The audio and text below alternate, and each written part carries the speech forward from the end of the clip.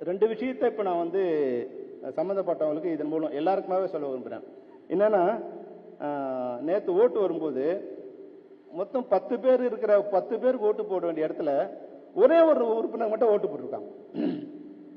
அது எந்த வகையில் சரியானதுன்னு நீங்க நினைக்கிறீங்க? அது வந்து நம்ம அது உறுப்பினர் இதுக்கே எனக்கு கேவலமான ஒரு விஷயமா நினைக்கிறேன். ஏதோ நீங்க பணம் வாங்கினீங்களோ இல்ல வேற ஏதோ பண்ணாங்களோ அது மாதிரி பண்ணி தான் ஃபர்ஸ்ட் இந்த எனக்கு தெரிஞ்சு சிவா சார் இருக்காங்க, அது மாதிரி பண்ணி தான் தமிழ் ப்ரொடியூசர் கவுன்சில் தான் இந்த நோய் எனக்கு தெரிஞ்சு ஆரம்பிச்சது. அதாவது 2 பேர் இருக்கும்போது துணைத் தலைவர் 2 பேர்னா ஒருத்தருக்கு மட்டும் ஓட்டு போடுறது, அந்த ஒருத்தர் வந்து கூட இருக்கிற இன்னொருத்தரையே துரோகம் பண்ணி தான் ஜெயிக்கணும்னு நினைக்கிறது. அது எனக்கு தெரிஞ்சு அங்கே ஆரம்பிச்சது.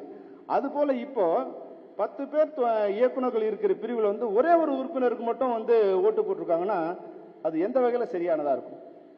அது வந்து ஒரு புற்றுநோய் வந்து இப்ப தலை தூக்க ஆரம்பிச்சிருக்கு.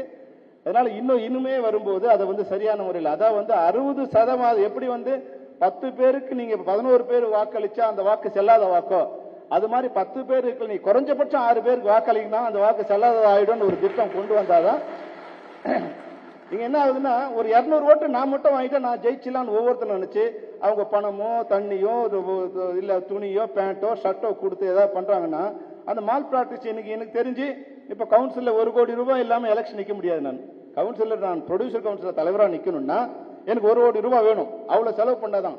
இப்ப வந்த விஷயம் இல்ல, ஒரு 25 வருஷத்துக்கு முன்னாடி அது என்னாச்சு, மெதுவா வந்து பார்ட்டி, அப்புறம் வந்து சின்னதா வந்து மீட்டிங்கு, அதுக்கப்புறம் பணம், அதுக்கப்புறம் டிவி, அப்புறம் கோல்டு காயின். இப்ப எம்எல்ஏ எலெக்ஷனோட மிகப்பெரிய இதுவாயிடுச்சு. அப்ப நாளைக்கு பணம் இருக்கிறவங்க தான் வந்து இயக்குநர் சங்கத்துல வந்து நிக்க முடியுங்கிற ஒரு அவலமான சூழ்நிலை ஏற்பட்டுடும். இதை எக்காரணம் கொண்டு நம்ம அலோவ் பண்ண முடியாது. பணம் கொடுத்தாலும் வந்து அவர் எலெக்ஷன் மட்டும் இல்ல உறுப்பினர்ல இருந்து அவர் நீக்கப்படுவாருங்கிறத வந்து நம்ம சட்டமா கொண்டு வரோம்.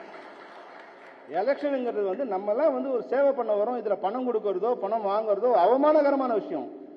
இல்லீகல் நான் சொல்ல, இல்லீகல் மட்டும் இல்ல, நம்மளாம் டைரக்டர்ஸ் வந்து 1000 பேரை வச்சு நம்ம வேலை வாங்க போறோம், 100 கோடி 200 கோடி இது பண்ண போறோம். இதுல வந்து 1000க்கு 500க்கு விலை போயிட்டா இதை விட கேவலமானதா எதுவும் இருக்காது. அதனால வந்து இதை வந்து நான் ரொம்ப வெட்கப்பட்டு நான் அந்த விஷயத்தை நான் சொல்றேன்.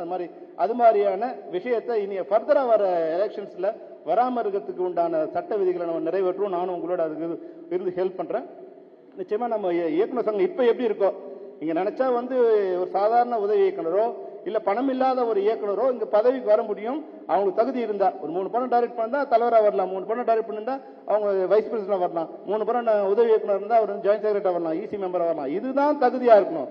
எங்கிட்ட வந்து 10 லட்சம் வேணும், 20 லட்சம் வேணும், அப்படி இருந்தாதான் நம்ம பதவிக்கு போட்டியிடங்கிற முடியுங்கிற ஒரு அவமானமான சிச்சுவேஷன் நம்ம தமிழ்நாடு திரைப்பட இயக்குநர் சங்கத்துக்குள்ள வரக்கூடாதுங்கிறது தான் இந்த தேர்தல் நேரத்தில் நான் உங்களுக்கு கொடுக்கிற வேண்டுகோள். அது ஒரு இன்ஸ்ட்ரக்ஷனா கூட நீங்க வச்சுக்கலாம்.